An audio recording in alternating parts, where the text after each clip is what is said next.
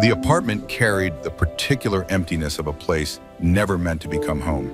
Neutral walls absorbed what little morning light reached through windows overlooking a parking lot where Sarah Mitchell's 10-year-old Honda sat among cars that looked equally temporary. Cardboard boxes lined one wall, still taped shut after 3 months, their contents chosen not for comfort, but for the ease with which they could be low-loaded again when the lease expired. At 46, she had learned to pack lightly, to avoid attachments, to treat every address as something that would soon require abandoning. Emma slept on an air mattress in the corner, 9 years old and already accustomed to waking in rooms that felt borrowed. Her backpack leaned against the wall, stuffed with school supplies purchased from discount bins, the straps frayed from use that predated this city, this apartment, this particular chapter of impermanence. Sarah watched her daughter's chest rise and fall, with the steady rhythm of sleep that came easily to children who had learned not to ask when things would get better.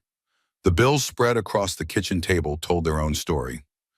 Credit card statements stacked 3 deep, each one a monument to decisions made when employment had seemed permanent and marriage had promised partnership. $23,000 on one card alone, the interest compounding monthly like a slow hemorrhage. Legal fees from the divorce added another $18,000, and medical bills from Emma's bout with pneumonia the previous winter contributed 4 more. $45,000 in debt, and the unemployment check that arrived twice monthly delivered $1,680 that disappeared before it could be properly counted. She had been a project manager once, the kind of consultant companies hired to untangle complex logistics and coordinate teams across time zones. That version of her life had included a house with a mortgage, a husband who left for someone younger, and the illusion that competence guaranteed stability. The company had folded 6 months after the divorce finalized, taking her severance package with it into bankruptcy proceedings that would drag on for years.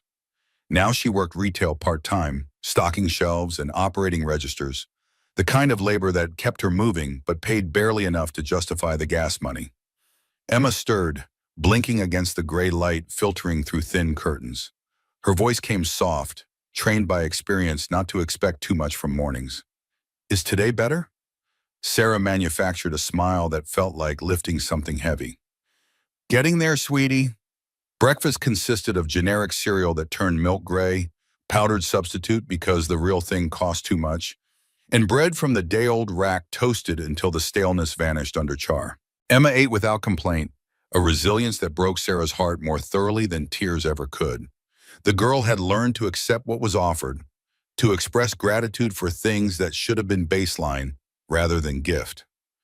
"Madison's mom said she can give me her old winter coat. Can I take it?" The question landed like an accusation Sarah hadn't earned but couldn't escape. Madison wore new coats, Emma wore inherited ones, and even that generosity required accepting charity from mothers who pitied what they saw. "That's very nice of Madison's mom. Tell her thank you." The mail arrived through a slot in the door with the mechanical precision of bills seeking payment from accounts that held nothing to give. Sarah gathered the envelopes without enthusiasm, sorting past credit card offers designed for people whose credit hadn't already collapsed, and advertisements for services she couldn't afford. One envelope stood out, heavier stock than the rest, embossed with a law firm's letterhead that suggested expense beyond her reach. The language inside maintained the careful distance of legal prose, words chosen to convey information while disclaiming any emotional stake in their content. During the digitization of early 20th century land and housing records, an unclaimed patent document had been identified. The document concerned a residential structure built during the frontier period and legally registered under the name Margaret Mitchell, deceased 1985. The record had never been delivered to its intended recipient and had therefore remained inactive for more than a century. According to current law, as the next verified descendant, Sarah Mitchell was being notified of its existence. She read the letter twice, then a third time, convinced that some crucial detail had escaped her attention. A house, a patent, her grandmother. The combination felt unreal, assembled from elements that didn't belong in the same sentence. Family stories about Margaret Mitchell had been sparse to the point of deliberate, reduced to adjectives that suggested judgment rather than affection. Stern woman, unusual, lived far from others, built something with her own hands. No one had spoken of ownership or documents or official recognition. The explanation unfolded across a second page. Bureaucratic archaeology revealing how silence could persist across generations through nothing more consequential than institutional failure. The patent document had been sent in 1898 through a regional postal office that later closed due to financial collapse. Records indicated that several sacks of undelivered mail were stored, moved, forgotten, and eventually lost as offices merged and jurisdictions shifted. During recent archival consolidation, one such sack had been discovered in a warehouse scheduled for demolition. Inside were hundreds of documents, most obsolete. This one remained legally valid. A century of silence because someone had misplaced a bag of mail. Sarah felt something sharp and bitter rise in her chest, anger at the casual way institutions could alter lives through their failures. How many inheritances had dissolved into rumor because paper failed to reach its destination? How many claims had expired in storage while families invented stories to explain absence? Emma peered over her shoulder, curiosity overcoming the learned caution of children who had seen their mother struggle. "What's that, Mom?" "Maybe nothing. Maybe a house." The word house transformed Emma's face, imagination racing ahead of probability toward a possibility that felt like rescue. "A house? Like we could live there?" Sarah forced herself toward realism, toward the deflation of hope before it could grow large enough to hurt. "I don't know yet. It's very far away." That evening, she searched through the family records she had carried from apartment to apartment, documents that felt more like archaeological evidence than living history. Birth certificates recorded facts without context. A few photographs captured moments stripped of meaning by time and the deaths of everyone who could have explained them. One yellowed newspaper clipping announced her grandfather's passing in language so formal it might have been describing a stranger. Margaret Mitchell appeared in only one image, a figure standing beside a structure so narrow and tall it looked like an architectural mistake. The photograph had degraded past clarity, its edges eaten away by decades of storage in conditions that hadn't considered preservation. But the building behind her grandmother was unmistakable, even through the blur of age and damage. 3 stories compressed into a footprint that seemed to defy structural logic. Walls rising with severe economy, roof pitched sharply against the sky that had faded to white. Even in the ruined image, something about the house suggested refusal, a quality of having been built to withstand rather than accommodate. Emma studied the photograph with an intensity that reminded Sarah of her own younger self, before life had trained her to expect disappointment. "She looks tough." People said she was stern, unusual. "What does that mean?" "I think it means she didn't fit in, did things her own way." Emma considered this, turning the idea over with the seriousness children bring to concepts they're testing against their own experience. "Like you, Mom." The comparison surprised Sarah into something close to laughter, though the sound came out wrong, more recognition than humor. "Maybe." The map attached to the letter unfolded into coordinates that made no sense according to modern geography. Hand-marked lines suggested a region somewhere along the Wyoming-Montana border, terrain marked largely blank on current maps. No roads crossed the area, no landmarks provided reference beyond a notation for a dry riverbed and a phrase that read, "former settlement," in handwriting that predated standardized fonts. According to GPS satellites and digital cartography, the location was uninhabited, the kind of empty space that planning commissions viewed as available for future development precisely because history had already vacated it. Sarah called her mother from the library's free phone, unwilling to burn through her cellular minutes on a conversation she already knew would offer no support. Linda Hayes had spent 70 years cultivating practical skepticism, the kind that came from surviving disappointments by expecting nothing better. Her voice carried the flat affect of someone who had learned not to waste energy on enthusiasm. "Margaret, why are you asking about her?" "I got a letter about property, a house." "Your father's grandmother was strange, Sarah. Lived in the middle of nowhere. When she died, nobody claimed anything because we assumed there was nothing to claim. The letter says there's a legal document, a house that's been standing since 18. If it exists, it collapsed decades ago. Don't waste your time chasing fairy tales when you need to find real work. What if there's value, even just the land? Then someone would have claimed it already. Use your head." The call ended the way most conversations with her mother ended, with Sarah feeling simultaneously chastised and misunderstood, and Linda feeling justified in her pessimism by a daughter who kept making impractical choices. Emma had heard everything from across the small apartment, her expression carefully neutral in the way children learn to protect their parents from knowing how much they understand. Grandma thinks it's dumb. Grandma's careful, that's all. That night, after Emma had fallen asleep clutching the stuffed bear that had survived 3 moves and showed signs of needing a fourth, Sarah sat with the bills spread around her like evidence at a crime scene. Debt, $45,000. Savings, $280. Next month's expenses, $2,100. Income, $1,680. The mathematics allowed no ambiguity. This could not continue. She looked at the letter, at the photograph, at her daughter sleeping on an air mattress because a real bed was too expensive and too heavy to move. Her first instinct was to dismiss the entire matter, to sign whatever papers would close the claim and let the property return to bureaucratic obscurity. But the thought of doing so produced an unexpected sense of loss, as though she would be turning away from something that had waited far too long to be acknowledged. By morning, the decision had formed without drama, settling into place like something that had always been inevitable. She would go, not to claim ownership, not to take possession, but simply to see, to stand where her grandmother had stood and confirm that the past described in legal documents had truly existed. It felt less like choice and more like obligation, as though the letter hadn't found her by accident at all. They left before dawn, Sarah and Emma loading the Honda with the efficiency of people accustomed to traveling light.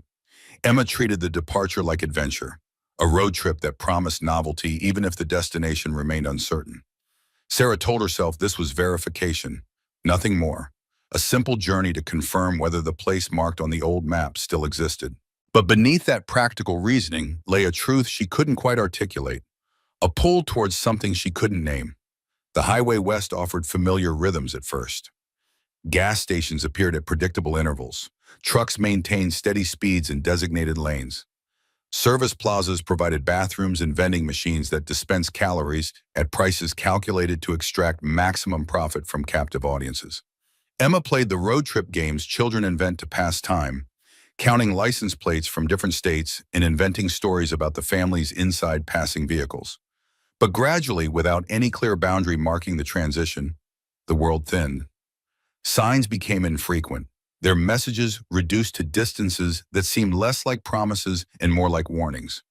Town names disappeared from overhead boards. Gas stations grew farther apart, then vanished entirely, leaving stretches of empty highway where breakdown would mean waiting for strangers to provide rescue. The road itself narrowed, its surface rougher, patched with repairs that suggested maintenance deferred rather than prevented. Sarah's phone lost signal without ceremony. One moment it displayed time and weather. The next it showed only blank indicators, acknowledging that it had no authority here, no connection to the networks that made it useful. She placed it face down between the seats, aware that from this point forward, whatever happened would not be easily shared or recorded. Emma noticed the loss of connectivity with the alarm children raised on screens experienced when their devices stopped performing magic. No service? We're really out in the middle of nowhere. The landscape opened into wide, exposed stretches where the horizon felt too distant and the sky too large, as though the normal proportions that govern the world elsewhere had been abandoned in favor of something more severe. Old fence lines leaned at angles that suggested surrender, their posts half buried by wind and time. The wire rusted into fragile threads that would snap at the slightest pressure. Once they passed the remains of a house reduced to its outline, roof collapsed inward, windows gone, the whole structure sagging like something the land had grown tired of holding upright. Emma's earlier enthusiasm gave way to a quieter mood, the kind that came from recognizing that some adventures involve more emptiness than excitement. It's so empty. Yeah. Sarah followed the map with increasing difficulty as the road degraded from pavement to gravel to something barely distinguishable from the surrounding terrain. The Honda protested with sounds that suggested mechanical suffering, its suspension groaning each time the wheels encountered irregularities that would have been smoothed away on roads that received regular maintenance. The car had carried them from Ohio through states that at least pretended to care about infrastructure, but this final stretch demanded more than it was designed to provide. The failure came quietly, a sharp vibration, a loss of power, then nothing. Sarah coasted to a stop and sat with her hands resting on the wheel, listening to the engine tick as it cooled, feeling no anger and no panic, only a dull recognition that this had been expected all along. The air outside felt colder than she had anticipated, cutting through her jacket with the kind of chill that promised worse to come. Silence pressed against her ears, broken only by wind moving across dry grass in patterns that sounded almost like speech. Emma climbed out with visible nervousness, looking around at emptiness that offered no obvious path forward. What happened? Sarah checked the car with the perfunctory gestures of someone who already knew the diagnosis. Something broke. Can't fix it here. What do we do? Sarah consulted the map one final time, measuring the distance between their current position and the coordinates that marked her grandmother's land. House is only a few miles. We walk. Emma's eyes widened with the kind of alarm that came from children raised in cities where walking meant sidewalks and crosswalks, not wilderness that stretched beyond sight. Walk with our stuff? Just what we need. They began with Sarah carrying a backpack that held water, the legal documents, and Emma's stuffed bear, while Emma managed a smaller bag with snacks and the jacket she would need when temperature dropped further. The ground revealed itself as deceptively difficult, uneven in ways that demanded constant attention. Each step required acknowledgement, as though the land insisted on being recognized before granting passage. Emma struggled but didn't complain, her boots slipping occasionally on loose stone, forcing pauses to catch breath that came harder as fatigue accumulated. The farther they walked, the more thoroughly isolation pressed against them. No paths suggested recent movement, no signs indicated human presence. Only wind-shaped grass and the occasional cry of a bird whose species Sarah couldn't identify. Doubt accompanied each step like a shadow that grew longer as the afternoon progressed. She questioned the map's accuracy, her own judgment, the wisdom of bringing her daughter into terrain that offered no guarantees. More than once Sarah stopped, turning slowly to measure the emptiness around them, wondering whether they had already passed the point where turning back would have been wiser.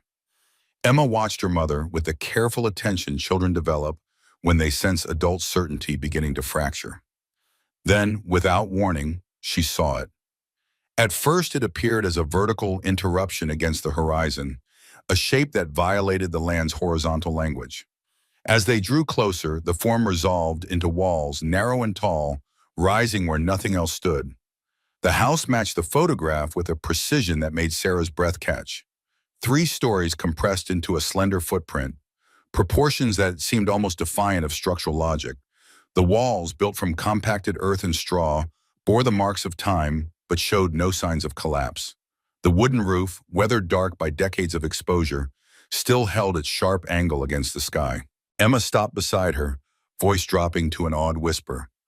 "Mom, it's real." "Yes, it is. It's so tall and skinny, like it refused to fall down." They approached slowly, details emerging with each step, the thickness of the walls uneven but deliberate, small, narrow windows placed high, positioned to conserve warmth rather than provide views. A single chimney rising from the roof, blackened by use but unbroken. Sarah felt no sense of trespassing, no guilt about entering property that might not legally belong to her.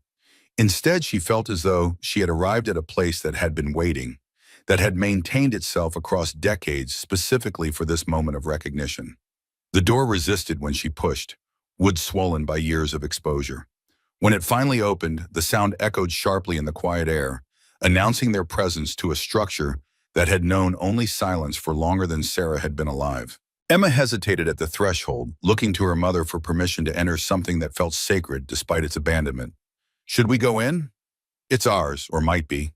Emma took her hand, and together they stepped across into air that dropped noticeably cooler. The smell hit immediately, earth and old wood and dried straw combining into a scent that suggested something built from the land rather than merely placed upon it. Light entered sparingly through the small windows, illuminating dust that hung motionless, waiting for movement to disturb patterns that had held for years. They stood just inside, allowing their eyes to adjust and their hearts to slow. Nothing lay scattered, nothing suggested violent abandonment. The space felt instead like something that had been closed carefully and left to wait, maintained not by human hands but by the simple durability of materials chosen for their ability to endure. Emma's whisper carried clearly in the stillness. It's like a museum, or a time capsule. The first level revealed its purpose through details that spoke more clearly than words. Shallow troughs carved directly into the compacted earth floor, their edges smoothed by repeated use. Hooks set into overhead beams, darkened with age. The floor itself bore marks of hooves, faint but unmistakable, pressed into dirt that had hardened into something approaching stone. Animals had sheltered here once, their bodies contributing heat that rose to warm the levels above, their presence a calculated necessity rather than sentiment. At the center of the structure stood the base of the stove, a column rising from ground level with walls thick enough to store heat and radiate it slowly. Sarah placed her hand against the cold surface and tried to imagine the warmth it must once have carried, traveling upward through the narrow spine of the house, distributing heat with the kind of economy that came from understanding exactly how much fuel could be spared and how many bodies needed warming. Emma examined everything with the focused attention of a child determined to remember details for later retelling. Animals lived here. On the bottom level, their heat would rise to meet. Emma's face showed the moment understanding clicked into place. To keep people warm upstairs. Exactly. They found the narrow stair pressed against one wall, its steps uneven but solid, each tread bearing a slight indentation at the center, where countless feet had worn the wood down over time. Emma climbed carefully ahead, the structure responding to their weight with sounds that suggested conversation rather than complaint. Sarah followed, one hand on the wall for balance, feeling the texture of earth and straw compressed into something that had outlasted everything around it. The second level opened into what had clearly served as the main living space. The ceiling hung low, forcing them to duck slightly, but the walls extended thick enough that the windows became slits carved deep into the structure. Light entered reluctantly, but with intention, falling across a room that still held evidence of the lives once lived within it. Simple sleeping platforms lined one wall, little more than raised frames that would have been packed with straw and covered with hides that had stiffened into leather-like rigidity over the decades. There were more platforms than Sarah expected, arranged close together in configurations that spoke of necessity rather than comfort. Emma counted them aloud, her voice carrying a note of discovery. 1, 2, 3, 6 beds. Families lived here together, shared warmth. A small table stood near where the stove column continued upward, its surface marked by cuts and burns that told stories Sarah couldn't interpret. Beside it rested a collection of bowls and cups, mismatched in size and material, some carved from wood, others shaped from clay, with the kind of crude functionality that came from making do with available resources. Nothing here matched because nothing had been acquired all at once. Each item represented something added when it could be spared, accumulated slowly against needs that couldn't wait for better circumstances. Emma picked up a wooden cup, holding it with reverence. People drank from this? A long time ago. Great-great-grandma Margaret? Maybe. Emma's attention shifted to the wall behind the sleeping platforms, her young eyes catching details that Sarah's older ones might have missed. She moved closer, running her fingers over marks carved directly into the hardened earth surface. "Mom, come look at this!" Sarah joined her daughter, pulse quickening as she recognized what Emma had found. Vertical lines measured and deliberate, some taller than others, arranged in sequences that tracked growth over time. Next to them were faint letters and numbers pressed into the wall with something sharp, creating records that had survived through nothing more than the durability of the medium. Names, dates, measurements of growth. Children had lived here. Children had grown slowly in a winter that had tried to stop time altogether. Sarah traced one of the names with her finger, the carved letters spelling out Thomas R., 1898, age 4. The name meant nothing to her, yet the intimacy of it struck harder than any artifact could have. Someone had taken time to record this, not for posterity, but because it mattered in that moment. Because survival alone was not enough. Memory had to be preserved, even if only in mud and straw. Emma's voice came quieter now, weighted with understanding beyond her years. Did they all make it? Sarah saw other marks, names that ended without continuation, and she couldn't bring herself to invent comforting lies. "I don't know, sweetie." Scattered among the functional objects were smaller things that spoke of attempts to maintain humanity when circumstances threatened to reduce existence to pure endurance. A toy carved from scrap wood, its edges smoothed by handling. A strip of cloth knotted into a crude doll. A piece of charcoal wrapped in fabric, protected as though it mattered.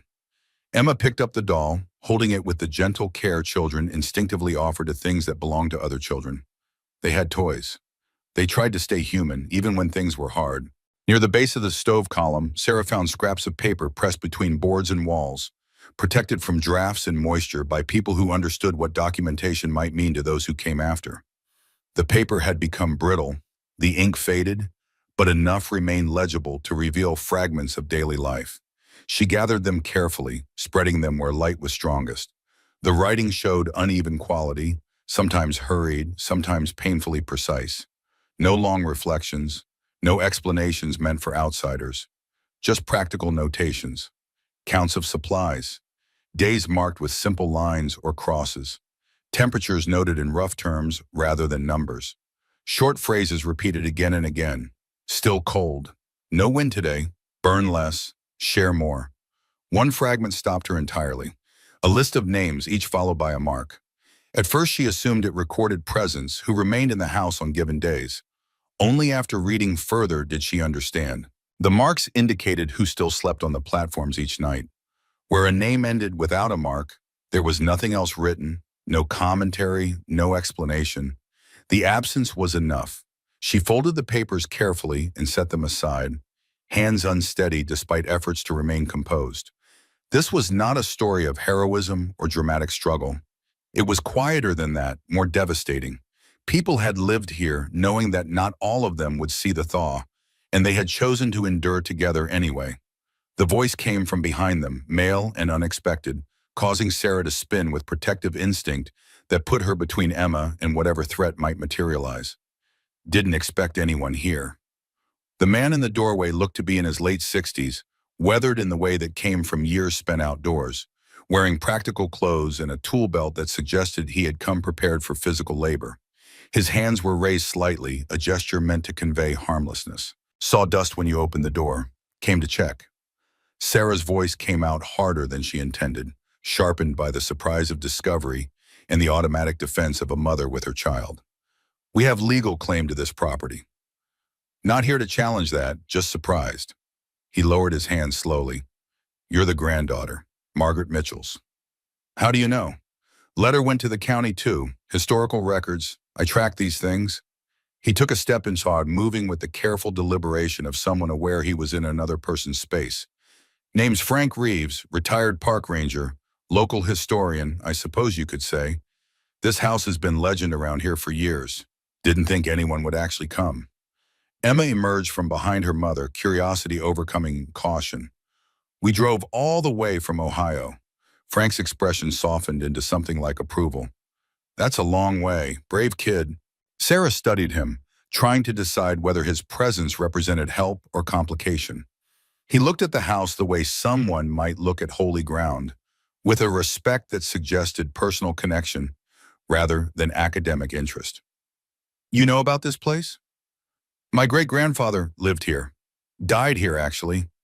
Winter of 1898. The information settled over Sarah like something she should have expected, but hadn't. "His name was Thomas Reeves, 23 years old, caught pneumonia during the coldest month." Emma gasped and pointed at the wall where growth marks were carved. "Thomas R., that's him." Frank approached the marks, reaching out to touch letters his ancestor had helped carve more than a century earlier. His eyes held the particular sadness of someone confronting family history that predated memory, but shaped everything that came after. He was here, part of this. 7 families lived here that winter, Frank continued, his voice carrying the measured tone of someone who had researched facts but only now confronted their physical reality. 12 children, 4 didn't make it to spring. Sarah felt the weight of that number, the mathematics of survival rendered in lives that hadn't lasted long enough to see thaw. Margaret built this? She convinced them to pool resources, build vertical instead of spreading out. Smart woman, hard woman. Had to be. She'd lost her own husband 2 years before this winter, built this place in 4 months, organized the families, rationed supplies. My great-grandfather said she never slept, just kept the stove going, checked on everyone. They walked through the house together, Frank explaining the design with a builder's eye that recognized genius in what others might dismiss as crude construction. The animals on the ground floor, their body heat rising. The stove in the center radiating heat 360 degrees. The upper floor trapping the warmest air. The thick walls providing insulation they could harvest locally. The high, small windows minimizing heat loss while allowing enough light to prevent complete darkness. Emma followed along, fascinated by the technical explanations that transformed the house from mysterious artifact into comprehensible machine designed for a single purpose. She was like a scientist and an engineer, self-taught from observation and necessity. Sarah listened to Frank describe her grandmother, each detail adding substance to a figure that had existed only as absence and adjective. Family had never talked about Margaret except in terms that suggested they didn't understand her. Stern, unusual. These weren't criticisms, Sarah realized now. They were acknowledgments that Margaret Mitchell had operated according to principles the comfortable couldn't comprehend. Together they examined the scattered papers, Frank translating shorthand and dating references Sarah couldn't place. He found the phrase "still cold," "no wind today," "burn less, share more," and his voice caught slightly. That's Margaret's handwriting. My great-grandfather kept a diary too. Same phrases. They shared a moment of silence, acknowledging the connection between their ancestors that neither had known existed until this moment. Thomas and Margaret, trying to save each other, succeeding and failing in measures that couldn't be separated. While Frank and Emma continued examining papers, Sarah returned her attention to the wall near the stove, where something had caught her eye earlier. The texture differed from the surrounding surface, smoother and more carefully packed, as though someone had sealed this section with greater intention. She pressed her palm against it, feeling for hollow spaces, finding none but unable to shake the intuition that something waited behind the deliberately neutral surface. She worked carefully with a tool from her pack, testing rather than forcing, watching for signs that the structure would protest violation. The surface resisted, then yielded slightly, releasing a trickle of dust that smelled older than the rest of the room. Frank noticed her activity and moved closer, professional curiosity overriding whatever conversation he'd been having with Emma. "What are you doing?" "This section, it's different." The seam emerged gradually as Sarah worked, revealing itself not as accident but as deliberate closure, sealed with patience and precision by someone who hadn't been in a hurry, but also hadn't intended for it to be reopened. When the opening widened enough to reveal contents, Sarah felt her breath catch with recognition of discovery that changed everything. Inside the narrow cavity lay a bundle wrapped in oilcloth darkened and stiffened by age. Beneath it were additional items stacked carefully, each separated by layers of fabric and paper. The whole arrangement suggesting archive rather than hasty concealment. This was not treasure thrown together in desperation. This was documentation, preservation, evidence kept against a future that had finally arrived. Sarah removed the first bundle and unwrapped it slowly, revealing coins heavier than she expected. Their surfaces dulled, but unmistakably gold. More lay beneath, along with folded papers bound together with twine that crumbled slightly at her touch. Frank's low whistle carried through the quiet. Jesus, that was dangerous currency back then. Emma crowded close, eyes wide. "Is that real gold?" "I think so." The documents confirmed what the weight of the coin suggested. Deeds to land parcels, names crossed out and rewritten. Official stamps that had once carried authority but now seemed like threats frozen in ink. These were records of seizure attempts, government efforts to relocate families, claims that land belonged to people who had never worked it, while those who had built lives there were dismissed as squatters whose rights didn't matter. Frank read aloud from one of the documents, his voice tight with anger that reached across generations. "These are seizure orders, government trying to take the land for railroad expansion. They wanted everyone gone." More papers revealed purchase agreements at prices that insulted the value of what was being demanded, threats of forced removal if families refused to sell. Promises that sounded like extortion backed by the authority of distance and official seals. Sarah understood with the sudden clarity that sometimes came from seeing evidence rather than hearing stories. The gold had been pooled, gathered not for wealth but for leverage, a last defense against forced removal. Families had contributed what they could, creating a fund that might allow them to purchase land legally, to fight displacement with the same weapons being used against them. But using it openly would have drawn exactly the attention they couldn't afford. Officials would have confiscated it as proof of illegal accumulation or taxed it beyond value. So Margaret had hidden it, sealing it into the house itself, choosing survival over wealth, protection over profit. Frank spoke the realization aloud. This wasn't a fortune meant to be reclaimed. It was a sacrifice. Emma understood in the direct way children sometimes grasp what adults complicate with analysis. She gave up being rich to keep everyone safe. Exactly right, kid. They examined the papers more carefully, finding a list that made Frank go completely still. Family names with amounts contributed. Reeves family, 2 gold coins. Kowalski family, 1 gold coin. Silver Bees Mitchell family, 3 gold coins. Frank sat heavily on one of the sleeping platforms, the weight of discovery pushing him down. Thomas Reeves, my great-grandfather, he was part of this. He was trying to help them survive. And he did, just not himself.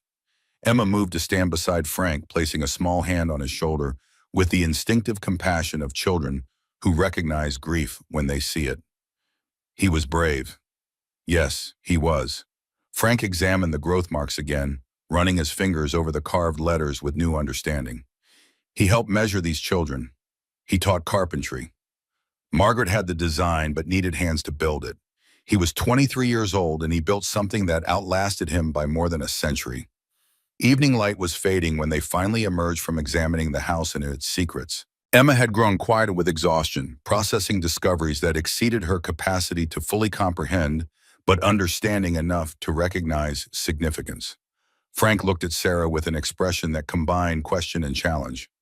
What are you going to do with this? I don't know. The letter said I could claim it as inheritance. Claiming brings attention. Authorities, developers. This land is blank on modern maps because everyone wants it that way. Empty land is developable land. Sarah looked around at the house that had survived when everything else vanished, at the evidence of sacrifice preserved in gold and paper and carved names. Her whole life had been temporary by necessity and eventually by habit. But standing here, she felt something shift, a recognition that some things deserve permanence, even when permanence came at cost. The house should be protected. It's proof of something. Proof that people can survive when institutions fail them. That's not a message the government wants preserved. They stood in gathering darkness, Sarah and Frank and Emma. 3 people connected by ancestors who had tried to save each other across a winter that allowed no certainty of success. Frank broke the silence with a proposal that sounded like it had been forming while they explored.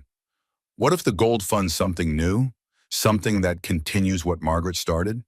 A shelter. Modern but built on the same principles. A place where travelers can survive winter.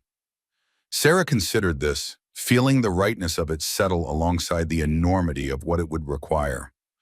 I can build it, Frank continued. I've got the crew, the skills. You've got the legal claim and the funding source. Emma took both their hands, her voice carrying conviction that surprised Sarah with its force. We can do it together. Frank looked at Sarah directly, offering partnership rather than charity. My great-grandfather died here believing he'd failed. He hadn't. Neither had Margaret. If this house gets a second chance to save people, that's completing something. Sarah thought about her temporary life, her rootless existence, her inability to commit to places that wouldn't commit to her. She thought about Emma sleeping on air mattresses and wearing borrowed coats and learning to expect disappointment. She thought about Margaret building upward when resources limited, building outward, about choosing community over individual survival, about sealing gold into walls rather than claiming wealth that would attract destruction. I've been running my whole life. Maybe it's time I stood still. They shook hands as darkness completed its claim on the landscape. sealing an agreement that would require everything Sarah had and more besides. Frank warned her honestly about what waited ahead. "We're going to have a fight. Officials won't like this." But Sarah had already decided, and Emma's grip on her hand made the decision feel less like risk and more like inevitability. The house had survived by answering a question Winter kept asking. As long as Winter returned, the answer needed to remain available. Some buildings were meant to be lived in. Others were built to respond to necessity that transcended individual ownership. She understood now what had pulled her here across miles in mechanical failure and the collapse of everything that had once provided structure to her existence. This wasn't about inheriting property. It was about continuing work that her grandmother had started and that her grandmother's companions had died supporting. The gold would fund the shelter. The shelter would honor the house. The house would stand as evidence that survival sometimes required building together what couldn't be built alone.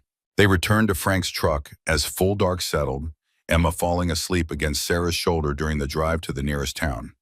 Frank promised to return the next day to begin planning, to start assembling what they would need to build something that honored what Margaret had created while meeting the demands of a new century. Sarah watched the landscape pass in darkness, knowing that the journey she had thought was ending had actually just begun, and that the temporary life she had lived for so long was about to become permanent in ways she couldn't yet fully imagine. Frank drove them to the nearest town through darkness that made navigation feel more like faith than science, the truck's headlights catching stretches of empty road that all looked identical. Emma slept against Sarah's shoulder, exhausted by discoveries that had transformed a long shot into something approaching destiny. The motel Frank recommended advertised rates by the week, its neon sign flickering with the irregular pulse of electrical systems that needed repair but would probably never receive it. The room cost $42 for the night, a price that felt extravagant given Sarah's remaining budget, but unavoidable given the lack of alternatives. She counted what remained after paying, $98 between her and complete financial collapse. Emma woke enough to brush her teeth and collapse onto one of the twin beds, still wearing her clothes, too tired to care about protocol. Sarah sat at the small table and performed calculations that grew more desperate with each iteration. Money left, $98. Gas to get home, roughly $60, assuming the car could be repaired cheaply, which seemed unlikely given the sounds it had made before dying. Food for the return trip, $20 minimum. That left $18 against expenses she couldn't yet predict, but knew would materialize. The mathematics allowed no room for optimism. Her phone, reconnected to civilization's networks, buzzed with notifications accumulated during days without signal. Most were automated reminders about bills she couldn't pay. One, however, came from an unfamiliar number with a local area code. The message contained a single line requesting her presence at the county land office in 3 days for a mandatory meeting regarding her claim. Mandatory. The word carried implications Sarah recognized from experience with bureaucracies that wielded procedure as weapon. Someone had moved quickly, much faster than government typically operated, which meant someone with authority wanted to address her claim before it could gain traction. She texted Frank, who responded within minutes. "That was fast. Someone's paying attention. I'm coming with you." Sarah spent the next morning at the public library, using free computer access to research what she could about the region's recent development proposals. The search returned results that painted a clear picture. Multiple inquiries over the past 3 years, all from the same company, Whitmore Properties. Proposed projects range from luxury wilderness resorts to private hunting preserves, each pitched with language about economic growth and job creation, while carefully avoiding mention of the historical settlements that had once occupied the land. The most recent proposal, dated 4 months earlier, included architectural renderings of a high-end retreat center, promising wealthy clients authentic frontier experiences without actual frontier discomfort. The planned location corresponded almost exactly to the coordinates where Margaret's house stood. Someone had been preparing for this land to become available, had perhaps even been waiting for the patent document to surface so they could make an offer before anyone else understood what existed. Emma spent those 3 days exploring the small town with the fearless curiosity of children who hadn't yet learned to recognize danger. She befriended a dog that belonged to the motel owner, discovered a creek that ran behind the building, and reported each small adventure to Sarah as though they constituted major expeditions. The normalcy of it, the simple pleasure Emma took in temporary freedom, made Sarah's chest tighten with recognition of how little her daughter had been given to enjoy. On the morning of the meeting, Sarah dressed in the closest approximation of professional clothing she owned, items purchased years ago when client presentations had been part of her work. The fabric had worn thin at the elbows and the style had aged past current fashion, but they represented an attempt at authority she hoped might matter. Emma wore her school clothes, the ones without visible stains or holes, and brushed her hair with unusual care. The county land office occupied a building that looked like it had been constructed during an era when government architecture aspired to dignity through columns and stone facades. Time and deferred maintenance had reduced those aspirations to peeling paint and cracked steps, but the structure still managed to project bureaucratic permanence. Inside, fluorescent lights hummed with a particular frequency that induced headaches, and beige walls absorbed what little natural light penetrated windows that hadn't been cleaned in recent memory. The receptionist directed them to a conference room on the second floor, offering no additional information beyond the room number. Sarah climbed stairs that creaked under minimal weight, Emma's hand gripping hers with increasing tightness as they approached whatever waited above. Richard Dalton rose from his seat at the conference table when they entered, extending his hand with the practiced smoothness of someone accustomed to first impressions mattering. His suit cost more than Sarah's monthly rent, tailored to emphasize shoulders and minimize a midsection that suggested sedentary prosperity. Everything about his appearance communicated success in terms that measured value by financial accumulation rather than personal accomplishment. Ms. Mitchell, I've reviewed your inquiry regarding the patent document. His eyes took in Sarah's worn clothing, her tired face, Emma's backpack with its frayed straps, and something shifted in his expression, a subtle calculation that measured them against standards they had already failed. This is quite irregular. Patent documents from 1898 rarely surface after such extended dormancy. The letter said it's legally valid. Technically, yes. Practically speaking, the situation proves far more complex. He gestured for them to sit, though he remained standing, using the height differential to establish hierarchy. Emma looked up at him with the direct stare children employed when they sensed adult dishonesty. Do you have any idea what you're asking to claim? The land in question has been administratively vacant for over a century. Even if a structure once existed there, which I frankly doubt, weather and time would have eliminated it decades ago. The house is standing, we saw it. Dalton's expression flickered with something that might have been surprise, or might have been annoyance at having his assumptions contradicted. You traveled there? With your daughter? Across terrain without proper roads or services? We managed. Miss Mitchell, let me be frank. You drove here from Ohio, if I understand correctly, with your child, clearly not a woman of substantial means. The assessment landed like accusation disguised as observation, each word chosen to remind Sarah of her position relative to his power. My point is that claiming this land initiates a legal process you cannot afford. Surveys, environmental assessments, title searches, property taxes owed retroactively. We're discussing $15,000 to $30,000 in fees before you could even take possession. Sarah felt the number hit like physical impact. Knowing her visible reaction confirmed everything he already assumed about her financial situation. However, I can save you that trouble. The county is willing to offer a settlement. $5,000. Sign over any claim today and walk away with money that could address your obvious difficulties. He slid an envelope across the table, its thickness suggesting the check inside had already been prepared, waiting only for her signature to become real. Emma's voice came quiet but clear. That's not very much. Dalton's smile tightened at the edges.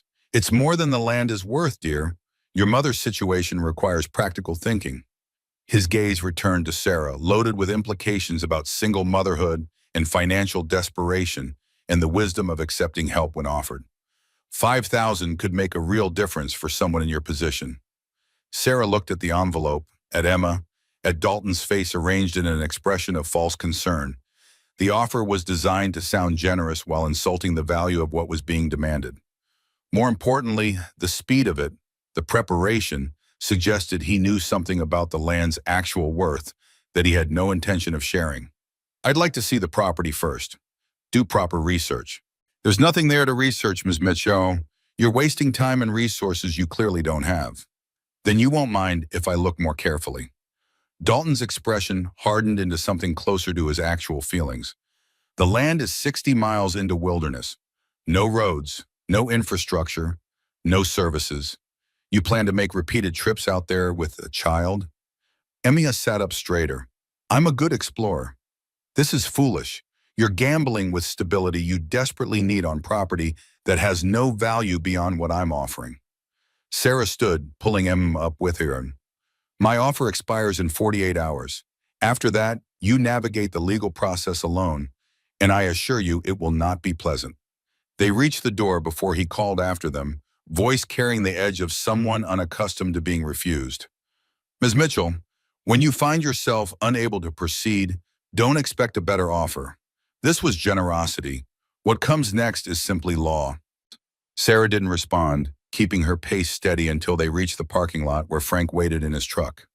He read the outcome on her face before she spoke. He tried to buy you out? $5,000. Frank's laugh came bitter. That confirms it. He knows what's there, knows what it's worth. They drove to a diner that served breakfast regardless of the hour, settling into a booth whose vinyl seats had been repaired with duct tape that matched nothing. Emma ordered pancakes and focused on spreading butter with the concentration of someone trying not to listen to adult conversation that clearly mattered.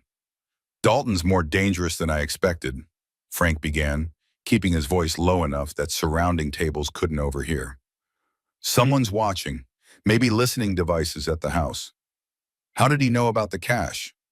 Someone told him, or he's got informants monitoring activity out there. Either way, he and whoever's behind the development plans are coordinating.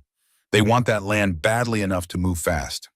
Sarah processed this, feeling the weight of opposition she hadn't fully understood when she'd first opened the letter. This wasn't bureaucratic indifference. This was active hostility backed by resources and authority she couldn't match. So what do? Frank leaned forward, lowering his voice further. We build the shelter first. Show that the house still serves its purpose. Make it real before they can stop us. Use the gold carefully, trace it through clean channels so no one can claim we're stealing historical artifacts. I'll assemble a crew, people who understand the mission. Is that legal? We'll file the paperwork. Won't wait for approval, but we'll document everything. Sometimes you ask forgiveness instead of permission, especially when permission would be denied for the wrong reasons. Sarah thought about Emma sleeping on air mattresses, about bills that exceeded income, about a lifetime of temporary arrangements that had taught her to expect displacement. Margaret had built upward when resources limited building outward. Maybe building fast when bureaucracy demanded waiting represented the same principle applied to different constraints. I've got $200 left. That won't even cover materials. The gold covers materials. I know someone who can help us liquidate it properly, quietly. A jeweler who doesn't ask questions that don't need answering. We'll have what we need. Emma looked up from pancakes she'd arranged into a smiley face. Can I help? Sarah started to refuse, to protect her daughter from whatever consequences might follow, but Frank spoke first. Smart kids make good documentarians. You'll record everything, every detail, every step. That's important work. Emma's face transformed with the importance of being given real responsibility. The following week passed in a blur of activity that felt simultaneously too fast and not fast enough. Frank liquidated 3 of the gold coins through channels he didn't fully explain, but assured Sarah were legitimate. The money appeared in an account he'd established in her name, substantial enough to fund construction, but modest enough not to attract attention from authorities who might question sudden wealth. He assembled his crew in a workshop that smelled of sawdust and machine oil, introducing them with the economical language of someone who valued competence over ceremony. Miguel Rodriguez, 52 years old and built like someone who'd spent decades working with stone, specialized in masonry that honored traditional techniques. Danny O'Brien approached carpentry with the enthusiasm of relative youth, 28 and still convinced that hard work led reliably to success. Lee Anderson brought 43 years of electrical experience and the skepticism of someone who'd seen too many projects fail to believe promises without proof. Frank explained the project in terms that emphasized practical challenge over emotional appeal. Shelter following 1898 design principles. Thick walls, central heat, community space, free for travelers who need it. Miguel's question came direct. Who's paying? Funding is guaranteed. Complicated source, but you'll get your wages on time. Danny looked uncertain. Building unlicensed shelter sounds like asking for trouble. It'll be licensed eventually, but people need it now. Winter comes early this far north, and it comes hard. We build before the first snow, get it functional, then handle bureaucracy after we've proven it works. Lee voiced the concern they all shared. What if officials shut us down mid-construction? Then we've built something anyway. Evidence matters more than permission when you're trying to establish that something should exist. Each man had reasons for agreeing that went beyond wages. Miguel had lost a brother to exposure 15 years earlier, a death that proper shelter might have prevented. Danny believed in Frank with the loyalty of someone who'd been mentored through difficult years. Lee was curious about historical building techniques and respected Frank enough to trust his judgment even when conventional wisdom suggested caution. They drove to the site in a convoy that looked like it had assembled for work rather than tourism, trucks loaded with tools and initial supplies. Emma rode with Sarah in the repaired Honda, chattering about everything she would photograph and document, treating the journey like adventure rather than risk. The crew's first sight of Margaret's house produced the reaction Sarah had come to expect. Silence, then movement toward it, drawn by the improbability of its survival. Miguel walked the perimeter with hands that touched walls as though reading Braille, assessing techniques that had been old when he was young. Compacted earth, straw reinforcement. Haven't seen this done properly in decades. He turned to Frank with something approaching reverence. This is master-level work. Self-taught, you said? Margaret Mitchell learned by doing, by observing what worked and what didn't. Danny examined the stove column with the focused attention of someone trying to understand principles he'd been taught were obsolete. Heat rises naturally, warms all three levels. No forced air, no electricity required. Lee stood at the entrance, looking up at the structure's impossible height relative to its narrow base. It shouldn't be standing, but it is. They spent hours exploring, Frank explaining the design choices that made survival possible during a winter that had killed hundreds. The animals on the ground level, the sleeping arrangements that prioritize warmth over privacy, the careful rationing of fuel. Emma showed them the growth marks, the carved names, the evidence of children who had measured their heights against walls that remembered. Miguel's voice came quiet. This is holy ground. Frank nodded. Yes, it is. They laid out plans for the new shelter adjacent to the old house, designing something that honored the original while incorporating improvements that modern materials allowed. Similar vertical emphasis to conserve heat. Wider footprint to accommodate more people.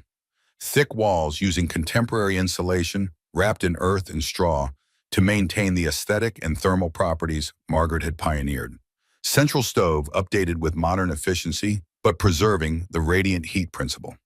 Sarah sketched alongside Frank, contributing ideas from her background, managing complex projects, translating his builder's knowledge into diagrams that could guide construction. Emma photographed everything, narrating into her phone like a documentary filmmaker, establishing context for future audiences. The logistics proved brutal from the outset. Materials had to be transported over roads that barely deserved the designation, with final delivery requiring manual labor across terrain that resisted wheels. Costs tripled compared to conventional construction sites with proper access. Weather cooperated initially, but everyone knew autumn in this region meant sudden storms that could shut down work for days. Sarah found herself hauling beams and mixing earth with straw, learning through exhaustion what blueprints couldn't convey about the physical reality of building. Blisters formed and popped and formed again. Her back ached in ways that over-the-counter medication couldn't address. Emma helped where she could, carrying tools and organizing supplies, with the seriousness of someone determined to prove she belonged. Miguel watched Sarah work with an expression that shifted from skepticism to approval over the course of several days. You don't have to do this. Yes, I do. Okay then, here's how you hold the trowel so your wrist doesn't give out after an hour. Early autumn rain arrived with timing that seemed deliberately malicious, turning the ground into mud that sucked at boots and made every step an exercise in resistance. Supplies got damaged. Timeline estimates extended.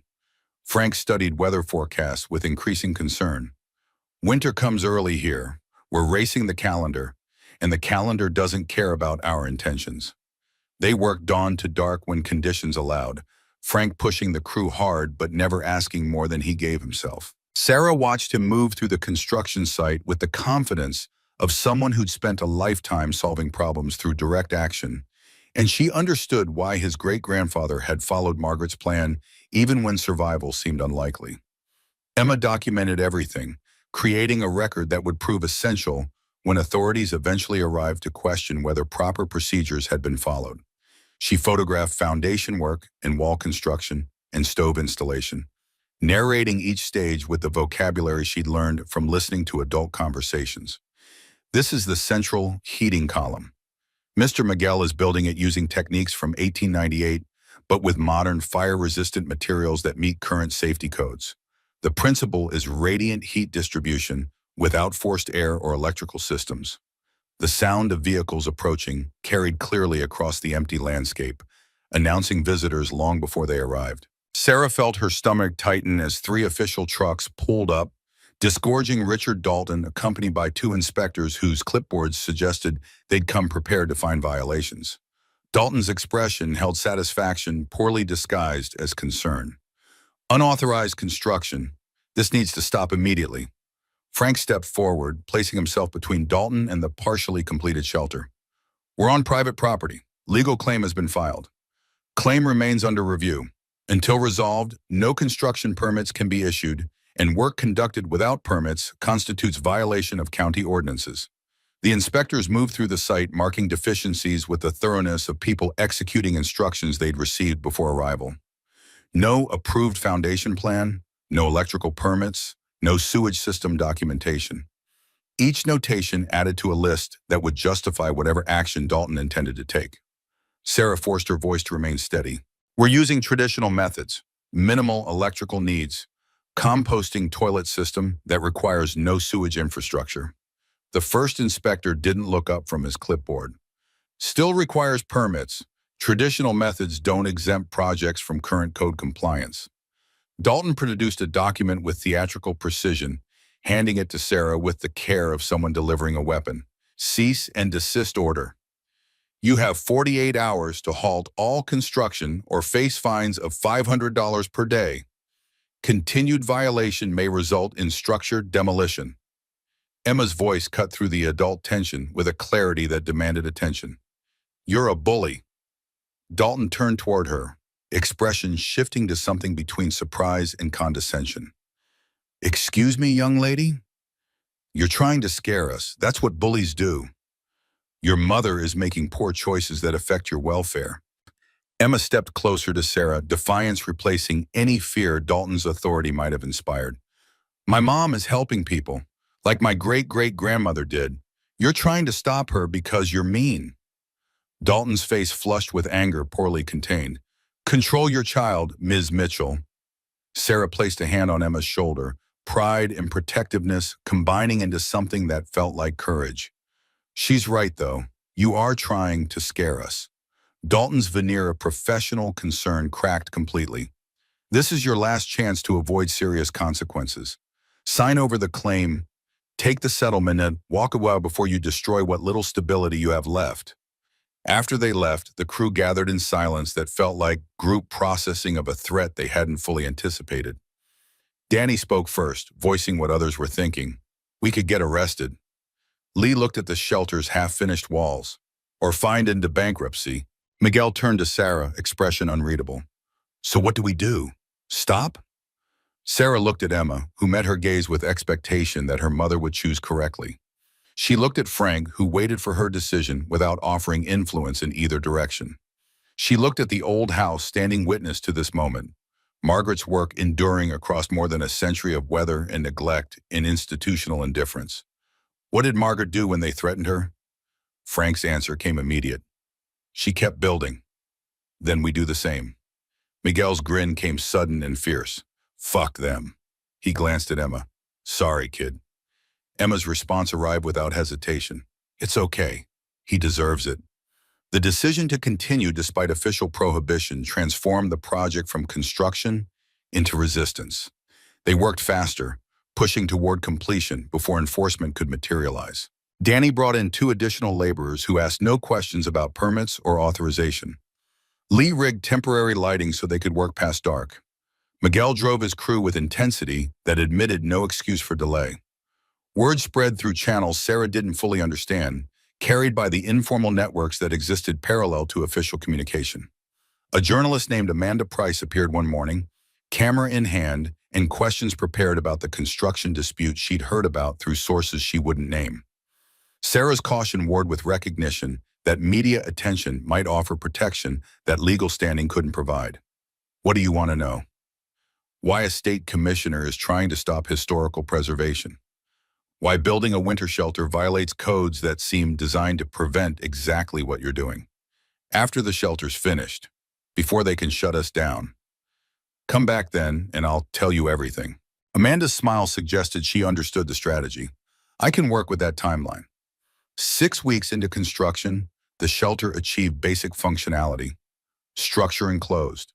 Stove operational. Interior far from complete but adequate for its purpose. Not luxurious, not even comfortable by contemporary standards, but solid and warm and capable of keeping people alive when temperature dropped below the survival threshold. Emma had documented every stage, creating a record that proved the quality of materials and the skill of construction, even if official inspections had been bypassed. Her narration combined technical accuracy with emotional investment, explaining not just what was being built, but why it mattered. They stood together at the end of a long day, Sarah and Frank and Emma and the crew, looking at what they'd created beside what Margaret had built. The old house and the new shelter, separated by more than a century, but united by common purpose. Danny broke the silence with a question that felt more like acknowledgement. When do people start using it? Frank's answer came without hesitation. Now, anyone who needs it. Officially, we're not operational. Unofficially, the door stays unlocked and the fire stays lit. That night, the first guests arrived. 2 hikers caught by sudden snow that fell weeks earlier than predictions had suggested, saw the building and hoped it offered refuge. Sarah welcomed them with words that felt like inheriting Margaret's role. Come in, you're safe. They were grateful in the way people become when alternatives involve real danger. Their car had gotten stuck 2 miles back, phones dead, temperature dropping fast. Without the shelter, they would have faced a night that might have killed them. Instead, they slept in bunks designed for exactly this purpose, waking to warmth and coffee and stories about the house that had inspired the building that saved them. Emma recorded their names in a log she'd created, preserving memory the way Margaret had carved growth marks into walls. So we remember everyone great-great-grandma helped. Word spread quickly through invisible networks that connected travelers and truckers and people who worked in regions where infrastructure remained sparse and weather remained dangerous. Within a week, the shelter had housed a dozen people whose situations ranged from inconvenient to life-threatening. Each expressed gratitude, each promised to tell others. The building became real through use before bureaucracy could determine whether it should exist. Dalton's return came with additional force, his vehicles accompanied by a sheriff's deputy whose presence announced that this had escalated beyond administrative dispute. The cease and desist order had been ignored. Fines were accumulating. Now came the threat of actual enforcement that might involve arrests or demolition or both. Sarah met them outside, positioning herself between officials and the shelter where 3 families currently sheltered from weather that had turned viciously cold overnight. Construction has ceased. The building is complete. Operating without full certification violates multiple codes. The structure must be vacated immediately. There are people inside who will die if they're forced back out into this cold. Dalton's expression held no sympathy. That's speculation, not fact. Regulations exist for public safety. Your feelings don't supersede law. The sheriff's deputy looked uncomfortable, his gaze moving between Dalton's certainty and the shelter where smoke rose from the stove, evidence of warmth that contrasted with temperature that had dropped below zero. Emma appeared in the doorway, her voice carrying across the space between officials and opposition. Great-great-grandma's house saved 50 people. In worse winter than this, we're doing the same thing. Dalton's patience fractured completely. This is final warning. Vacate the structure or face arrest for criminal trespass in operation of unlicensed facility. The sound of another vehicle approaching interrupted whatever response Sarah might have given. Amanda Price emerged with camera equipment in a determination that suggested she'd been waiting for exactly this moment. Her presence changed the dynamics immediately, transforming a confrontation that could have ended with arrests into a scene that would be documented and broadcast. Commissioner Dalton, can you comment on why you're attempting to close a shelter that's currently protecting families from life-threatening weather? This is not appropriate for media coverage. A dispute about public land and emergency shelter during winter conditions? That's absolutely appropriate for media coverage. Amanda turned her camera towards Sarah. Miss Swiss. Mitchell, can you explain why you built this shelter? Sarah felt the weight of the moment, the knowledge that her words would matter beyond this immediate conflict. My great-grandmother built a house that saved people when institutions failed them. During a winter that killed hundreds, 50 people survived because she understood that some things matter more than regulations. We're honoring that legacy. We're proving that survival still requires community and shelter and the willingness to act when action becomes necessary. Dalton's face flushed dark. This interview is over. But Amanda had already captured what she needed, footage that would transform local dispute into story about government preventing people from helping each other during dangerous conditions.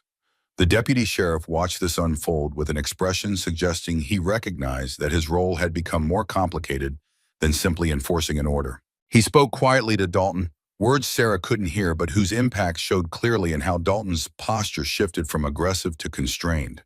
Whatever the deputy said apparently included recognition that forcing evacuation on camera while temperature remained lethal would create optics that couldn't be managed away. Dalton turned back to Sarah, voice tight with barely controlled fury. This isn't over. Winter doesn't last forever. When conditions improve, enforcement will proceed with full legal authority. By then, everyone will know what you tried to do. He left without responding, vehicles pulling away with speed that suggested retreat poorly disguised as choice. The sheriff's deputy remained behind briefly, approaching Sarah with an expression that combined sympathy and warning. Ma'am, he's serious. This will escalate. I'd recommend finding legal representation before it goes further. I'll do what I need to do. He nodded and left, and Sarah stood watching the dust settle behind departing trucks, feeling simultaneously victorious and terrified. They had won this confrontation, but Dalton's parting words promised that the actual battle remained ahead, and she had no illusions about her capacity to win a sustained legal fight against someone with his resources and authority. Inside the shelter, families who had witnessed the confrontation gathered around the central stove. Their presence evidenced that the building had already justified its existence, regardless of what came next. Emma moved among them with confidence, born from seeing her mother stand against power, and refused to yield. Frank pulled Sarah aside, voice low enough that others couldn't overhear. This gets harder now. He'll come back with more than threats next time. I know. Are you ready for that? Sarah thought about Margaret building upward when resources limited building outward, about hiding gold to protect community when using it openly would have attracted destruction, about making choices that prioritized survival over compliance with authority that served interests other than those who needed protection. I've been running my whole life. I'm done running. Rebecca Torres arrived at the motel 2 weeks after Dalton's confrontation, driving a sedan that had accumulated dents from parking in cities where space mattered more than appearance.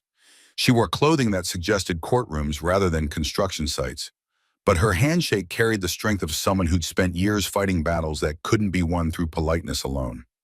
Frank had made the introduction through connections Sarah didn't fully understand, describing Torres as a civil rights attorney who chose cases based on principle rather than profit. She reviewed Amanda's footage on a laptop that looked like it had survived multiple moves and several near-death experiences, watching Dalton's confrontation with the practiced eye of someone cataloging evidence for future use.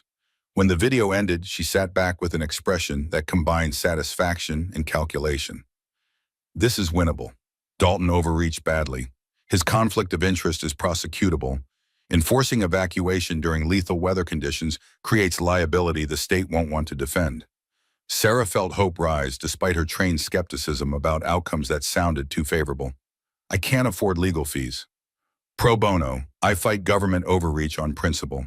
Bureaucrats who weaponize regulations to serve private interests make me angry, and anger is excellent motivation. Emma looked up from the homework she'd been pretending to complete. I like you. Torres smiled with genuine warmth. I like you too, kid. Want to be my paralegal? Take notes, observe proceedings, learn how the system works when someone actually fights back. Emma's face transformed with the importance of being given real responsibility in adult matters. Really? Absolutely. Every good lawyer needs someone keeping them honest. Torres filed motions that same afternoon, working from the motel room table with efficiency that suggested she'd operated in worse conditions. Immediate lift of the cease and desist order based on Dalton's documented conflict. Formal complaint against him for using public office to pursue private vendetta. Emergency petition for historical designation that would provide federal protection overriding county authority. Each document landed like ammunition in a war Sarah hadn't known she was fighting until it had already begun.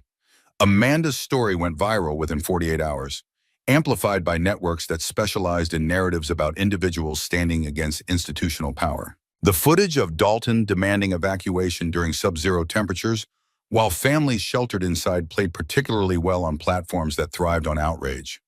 Support donations arrived faster than Sarah could process them, small amounts from hundreds of people who saw themselves reflected in her struggle. She redirected everything to homeless services and winter relief programs, unwilling to profit from attention that felt unearned. The court hearing took place 3 weeks later in a county courthouse whose architecture suggested optimism from an era when government buildings were designed to inspire civic pride. Time had degraded those aspirations without eliminating them entirely, creating spaces that felt simultaneously dignified and shabby. The gallery filled with locals whose interests suggested this had become entertainment as much as jurisprudence, and media whose presence transformed routine proceedings into performance. Judge Helena Morrison presided with the particular authority of someone who'd spent decades managing courtrooms, where emotion ran high and facts remained disputed. She reviewed Torres's motions with attention that suggested genuine consideration rather than perfunctory acknowledgement, then listened to the state attorney's defense with an expression that gave away nothing about her thinking.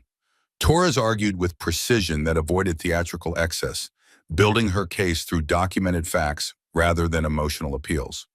Dalton's family history with the land, his financial connections to Whitmore properties, the timing of enforcement that coincided suspiciously with Sarah's refusal to sell, the attempted evacuation during weather conditions that made compliance genuinely dangerous.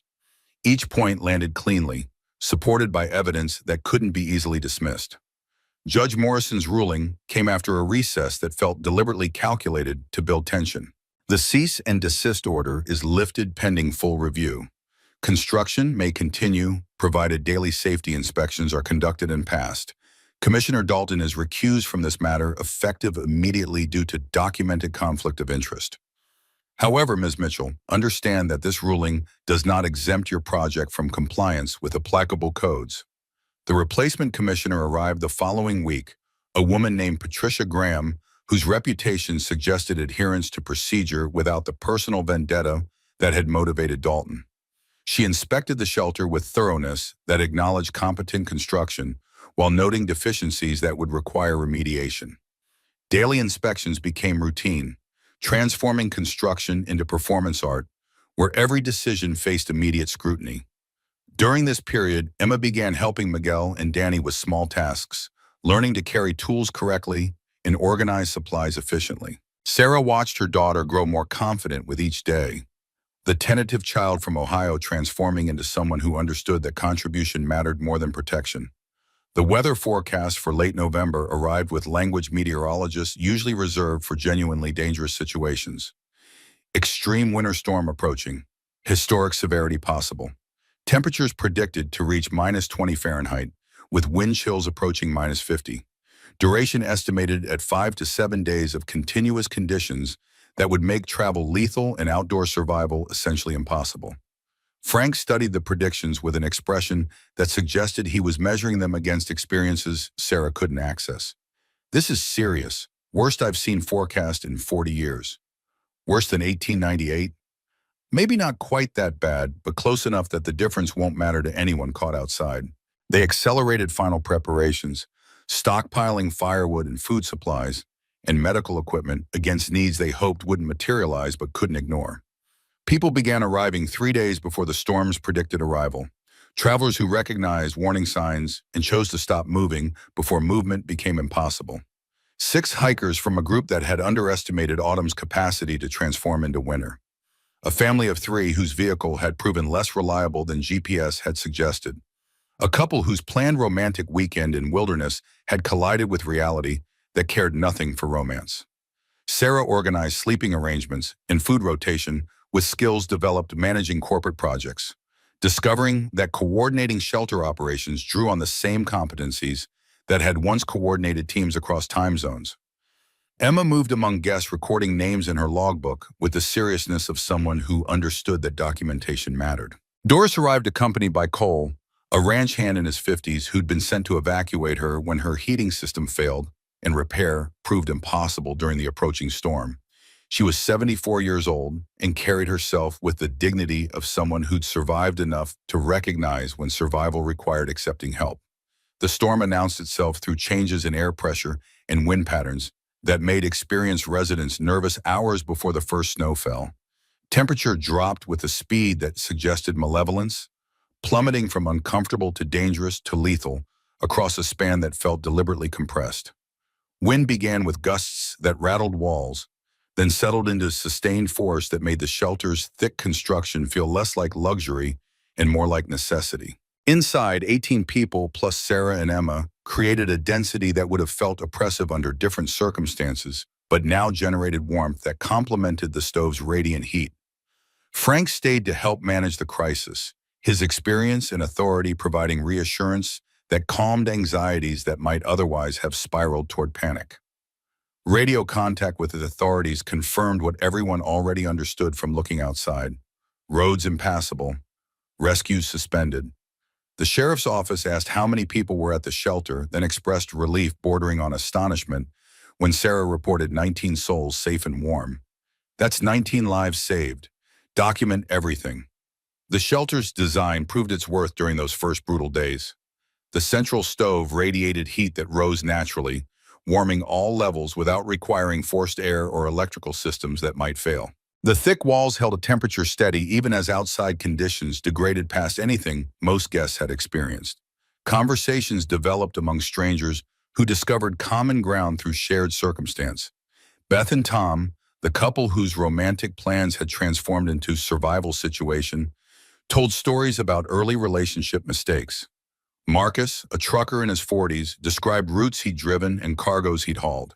Doris offered Depression-era wisdom about enduring hard times through community and mutual support, lessons that felt increasingly relevant as the storm intensified.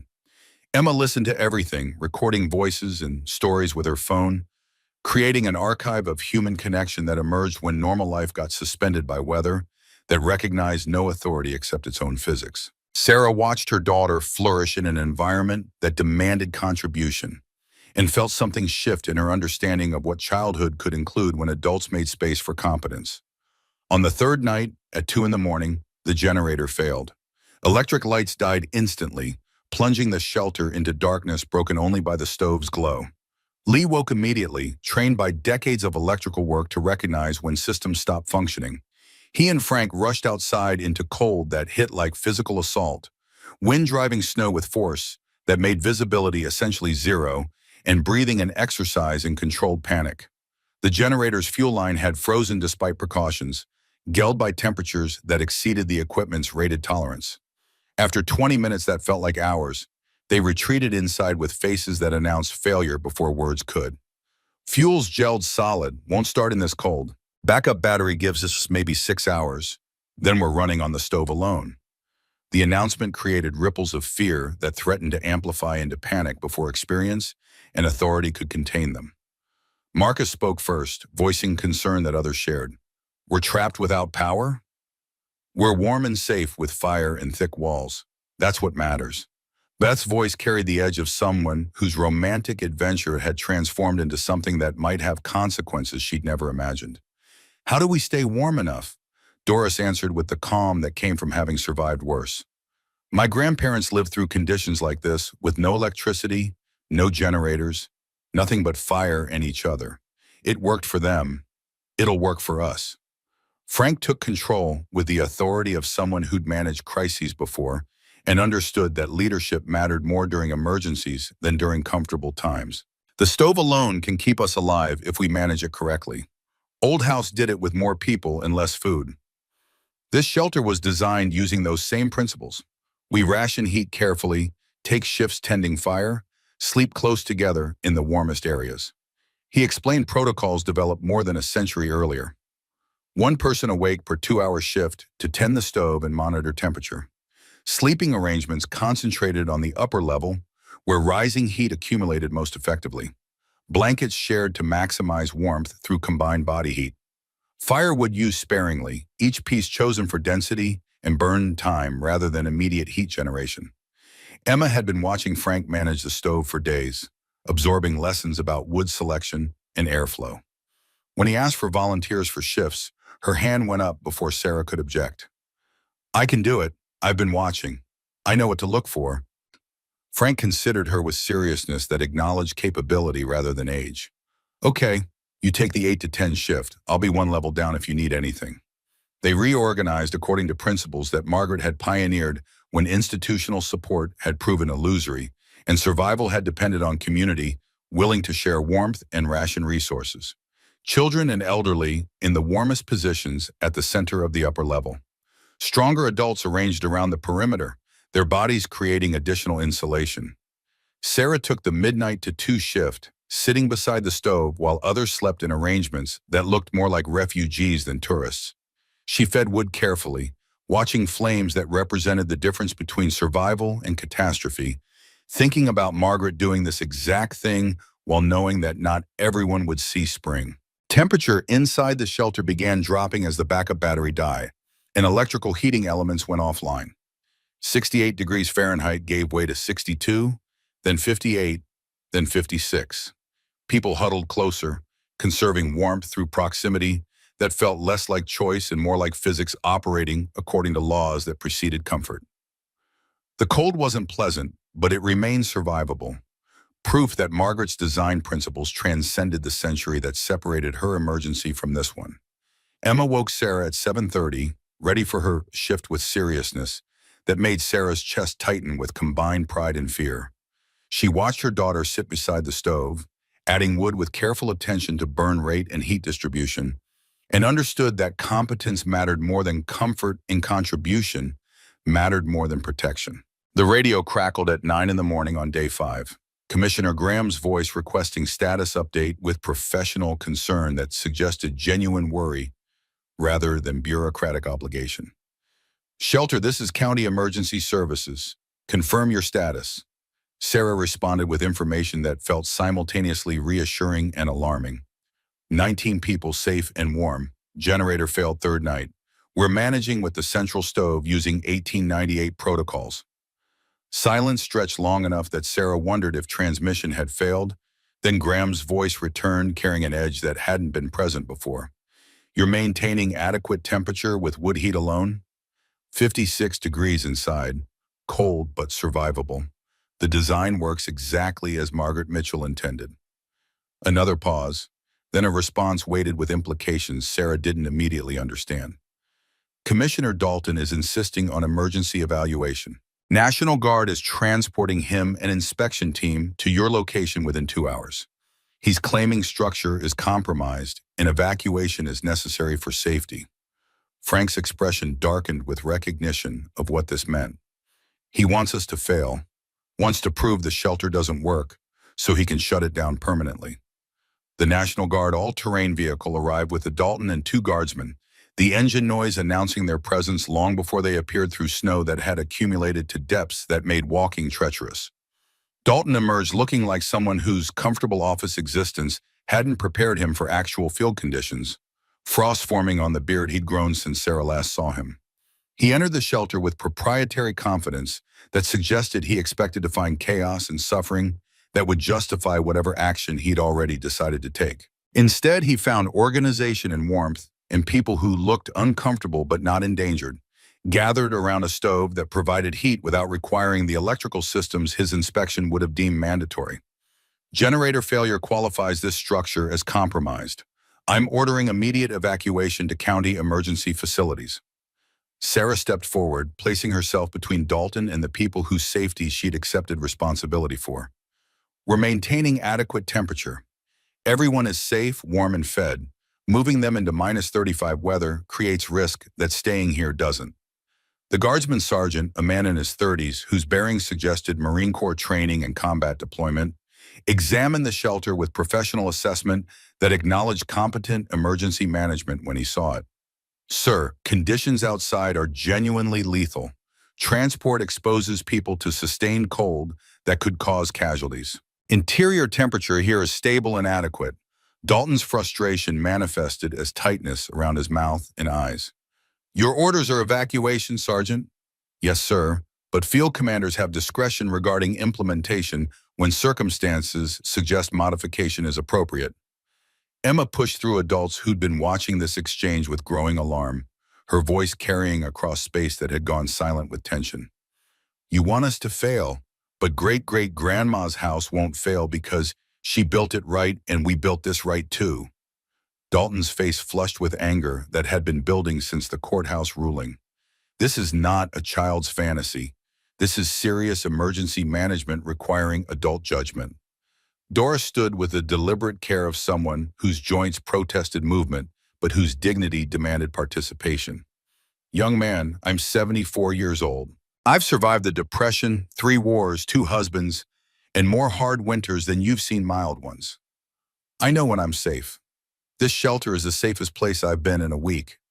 Other voices joined hers, guests speaking over each other with the passion of people who recognized that their actual safety mattered less to Dalton than his need to prove the shelter inadequate. Marcus talked about trucking experience that taught him to recognize danger when it was real. Beth and Tom described their terror before finding the shelter and their relief after entering it.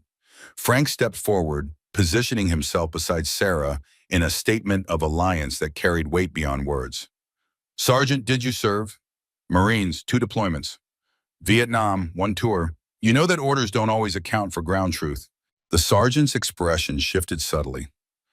Acknowledgement passing between veterans who'd learned to trust their own assessment of situations where following instructions exactly could get people killed. Yeah, I do. The second guardsman, who'd been monitoring radio communications, interrupted with news that changed everything. Sir, media is broadcasting this live. Amanda Price got satellite uplink working. Dalton's face went through a series of expressions that suggested he was calculating the optics of what was happening in real time. Amanda's voice came through the radio, narrating for an audience that Dalton couldn't see but knew was watching. Commissioner Dalton is attempting to force evacuation of warm shelter into -35-degree storm conditions. 18 people, including elderly and children, are refusing to leave safety for transport that the National Guard sergeant on scene describes as genuinely dangerous. The sergeant made his decision with the kind of quiet authority that came from accepting responsibility for outcomes rather than hiding behind orders. Sir, I cannot in good conscience recommend evacuation. The shelter is maintaining adequate temperature, people are safe, and transport creates risk that remaining here doesn't. My field assessment is that they should shelter in place until conditions improve. Dalton's voice came tight with controlled fury. That's insubordination. That's field judgment based on conditions you're not qualified to assess. My report will document that evacuation would have created unnecessary risk to civilian lives, and I'm not authorizing it. Silence stretched while Dalton processed his complete defeat, the recognition that his authority had limits, and those limits had just been reached by someone whose judgment would be trusted over his own. He looked at Sarah with an expression that combined hatred and grudging acknowledgement that she'd won this particular confrontation. This doesn't end here. When conditions improve, full investigation will proceed. Sarah met his gaze without flinching. By then, everyone will understand that what we built works and that you tried to shut it down for reasons that had nothing to do with safety. He left without responding, the National Guard vehicle pulling away with exhaust that froze instantly in air cold enough to make breathing painful. The sergeant remained briefly, approaching Sarah with respect that felt earned rather than automatic. "Ma'am, what you've done here matters. This shelter saved lives. I'll make sure my report says exactly that." After they left, the shelter settled into quiet that felt like collective exhale. Emma moved among guests with water and encouragement, her earlier fear transformed into confidence by having seen her mother stand against authority and refuse to yield ground. The storm broke on the seventh day, wind easing and temperature rising toward levels that felt almost warm compared to what had preceded. Snow stopped falling and sky cleared to blue, so sharp it looked artificial, revealing landscape transformed into white expanse that bore no resemblance to the empty ground they'd crossed weeks earlier. People prepared to leave with the careful attention of those who recognized they'd participated in something that transcended simple weather emergency. Doris hugged Sarah with strength that suggested decades hadn't diminished her capacity for gratitude. "Your grandmother would be proud. You did what she did. You saved people when institutions couldn't." Marcus promised to tell everyone he encountered about the shelter that had made survival possible. Beth and Tom talked about bringing their future children back someday to see the place that had turned their romantic disaster into a story about human resilience. Emma recorded each departure in her logbook, preserving names and dates and brief notes about who had stayed and why they'd needed shelter. The accumulating record transformed abstract principle into concrete documentation of lives that had intersected with Margaret's legacy and survived because that legacy continued operating. Media coverage that followed shifted from regional interest to national narrative about individuals challenging systems designed to serve purposes other than public welfare. Amanda's footage of Dalton's failed evacuation attempt played repeatedly on networks that specialized in stories about government overreach. The comments and analysis varied in quality and accuracy, but the core message remained consistent. Ordinary people had built something that worked while officials had tried to stop them for reasons that had nothing to do with safety. Dalton resigned 3 weeks later under pressure from investigations that revealed financial connections to Whitmore properties and documented his family's historical attempts to seize land that Margaret's community had defended. His public statement claimed he'd acted in good faith based on genuine safety concerns, but everyone understood that his departure represented acknowledgement of defeat rather than principled retirement. Winter persisted through February with the kind of sustained cold that made early settlers' journals seem less like exaggeration and more like understatement. The shelter continued housing travelers caught by weather that punished optimism and rewarded caution. Each guest signed Emma's logbook, adding to a record that now numbered in the dozens, each name representing a life that had intersected with this place and continued, because Margaret's answer to winter remained valid across the decades. Sarah found rhythm in the work of maintaining the shelter and coordinating with Frank on improvements that compliance required. The temporary life she'd lived for 46 years had begun transforming into something that felt permanent, though she remained cautious about trusting that permanence would last. Emma enrolled in the local school after winter break, making friends with the ease of children who'd learned that new situations could be survived and sometimes even enjoyed. Spring arrived slowly, reluctantly, as though winter needed to be convinced that its season had ended.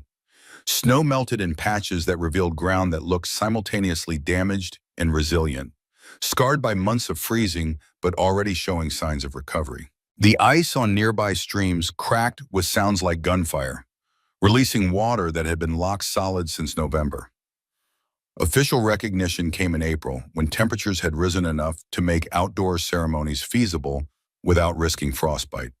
The designation of Margaret's house as a National Historic Site arrived with federal protection that overrode local authority and ensured preservation regardless of future political changes. The shelter received full licensing and funding allocation for maintenance and operations, transforming it from contested project into permanent institution. The ceremony took place on ground that had thawed enough to reveal grass beneath snow that had persisted for months. State officials whose presence suggested they'd never oppose the project spoke about American resilience in frontier values with the practiced insincerity of people who claimed credit for outcomes they'd actively resisted. The governor's representative praised Margaret Mitchell's vision and Sarah's determination, managing to avoid mentioning that his office had supported Dalton's attempts at closure. Sarah stood with Emma and Frank, facing a gathering that included local residents, media representatives, and some of the people who'd sheltered during the storm. The two houses rose behind them, old and new, separated by more than a century, but united by the same understanding that survival sometimes required building together what couldn't be built alone. Frank spoke when called upon, his words carrying weight that political rhetoric couldn't match. He looked directly at the old house as he began, as though speaking to ancestors rather than assembled officials. My great-grandfather Thomas Reeves died in this house more than 100 years ago. He was 23 years old. He caught pneumonia during the coldest month of a winter that killed hundreds of people across this region. But he didn't die alone in the dark. He died warm among friends in a building he'd helped construct, having contributed everything he had to a community that tried to save him even though they couldn't save everyone. His voice caught slightly, emotion breaking through the control he'd maintained. That's a good death, an honorable death. This house gave him that dignity. Margaret Mitchell gave him that dignity by building something that protected people even when protection couldn't be perfect. And now, more than a century later, this house continues giving. Not because government protected it, not because regulations preserved it, but because it was built to answer a question that winter keeps asking. And once you've given that answer, the only remaining work is maintaining it for the next person who needs to know whether survival is possible when everything else fails.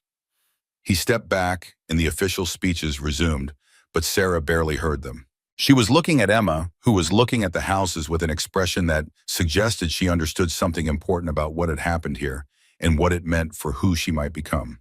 The ceremony concluded with photographs and handshakes and promises about ongoing support that Sarah knew to treat with skepticism born from experience.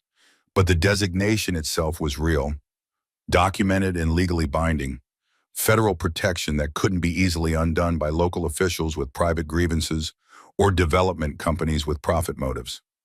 As the crowd dispersed and officials returned to vehicles that would carry them back to offices where history became paperwork, Sarah walked toward the old house with Emma beside her.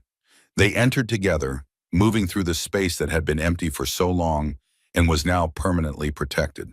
The growth marks on the walls, the names carved into hardened earth, the evidence of children who had measured their heights while winter tried to stop time, all of it would endure now, preserved not as museum curiosity, but as testimony to what people could achieve when institutions failed them.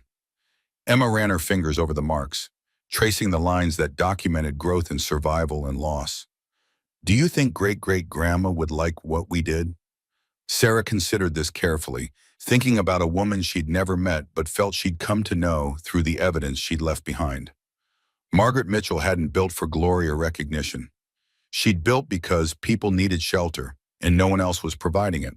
She'd hidden gold to protect community rather than enriching herself. She designed upward when resources limited building outward, making choices dictated by necessity rather than preference. I think she'd understand why we did it. And I think she'd approve of continuing work that she started when continuing was the only option that mattered. They stood together in the quiet of the old house, listening to wind move through gaps in the structure that had allowed it to survive by flexing rather than resisting.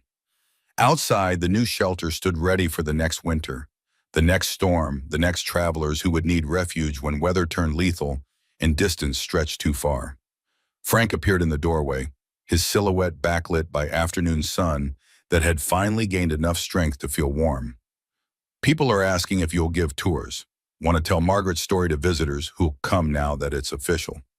Sarah looked around at the space that had transformed from abstract inheritance into concrete responsibility, from distant history into immediate present. Emma should do it. She knows the story better than anyone. She documented everything. Let her tell people what this place means.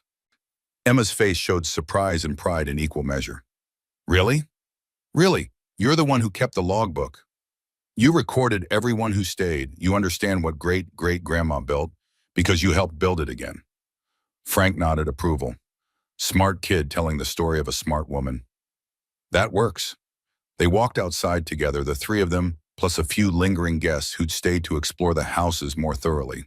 The afternoon light caught the structures at an angle that emphasized their vertical lines, making them look even taller and more improbable than usual. Sarah stood between the old house and the new shelter, feeling the weight of custodianship settle alongside the satisfaction of knowing that some things endured, because people chose to make them endure.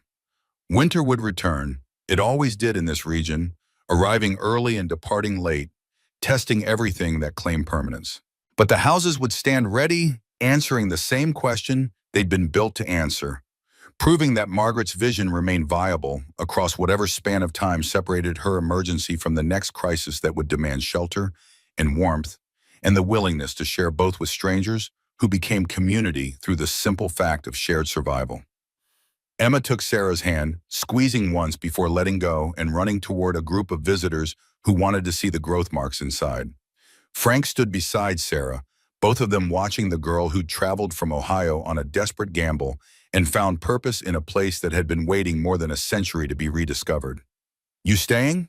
Frank's question carried no pressure, just curiosity about plans that Sarah was still forming. Sarah thought about the apartment she'd left behind, the temporary life she'd lived for decades, the pattern of moving before attachment could form. She thought about Emma signing her name in the logbook alongside the travelers who'd sheltered during the storm, becoming part of a record that would outlast them both. Margaret didn't build this to last forever. She built it to last long enough for people to survive winter, long enough to prove that community mattered. I think we've proven the same thing.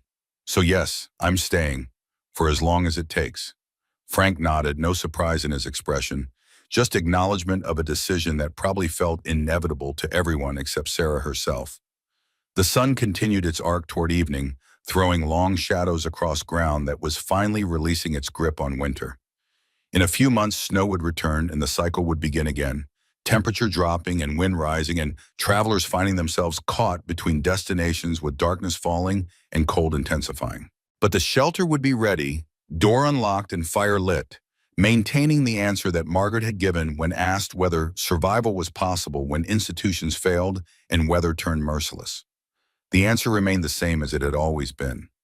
Yes, but only if you build what's necessary and defend it against those who value procedure over people. Yes, but only if you understand that some things matter enough to fight for even when fighting seems impossible.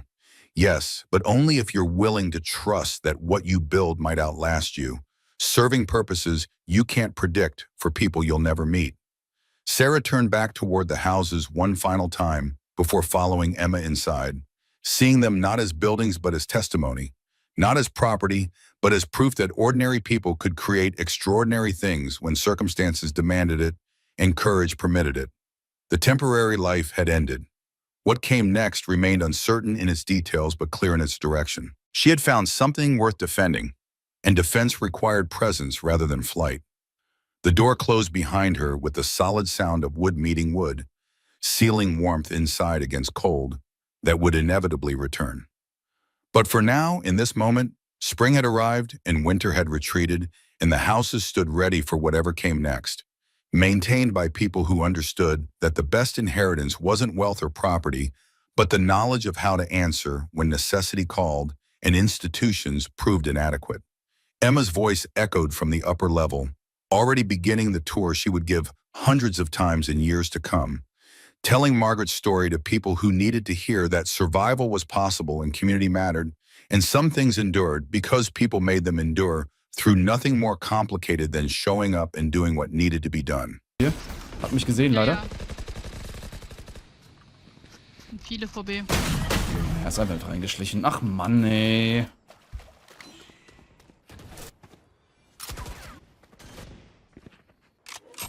Einer ist Los noch von am mir das Tunnel. Thema. Er geht wieder zurück. Ach, die Nerven. Gucken wir mal.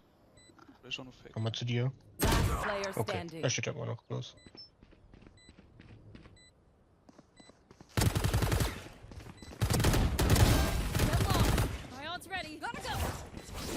Oh ja, das ist leid.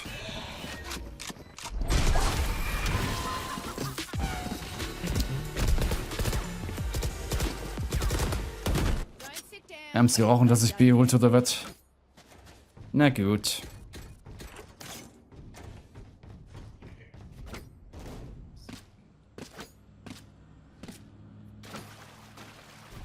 Wird man auch mit B spielen.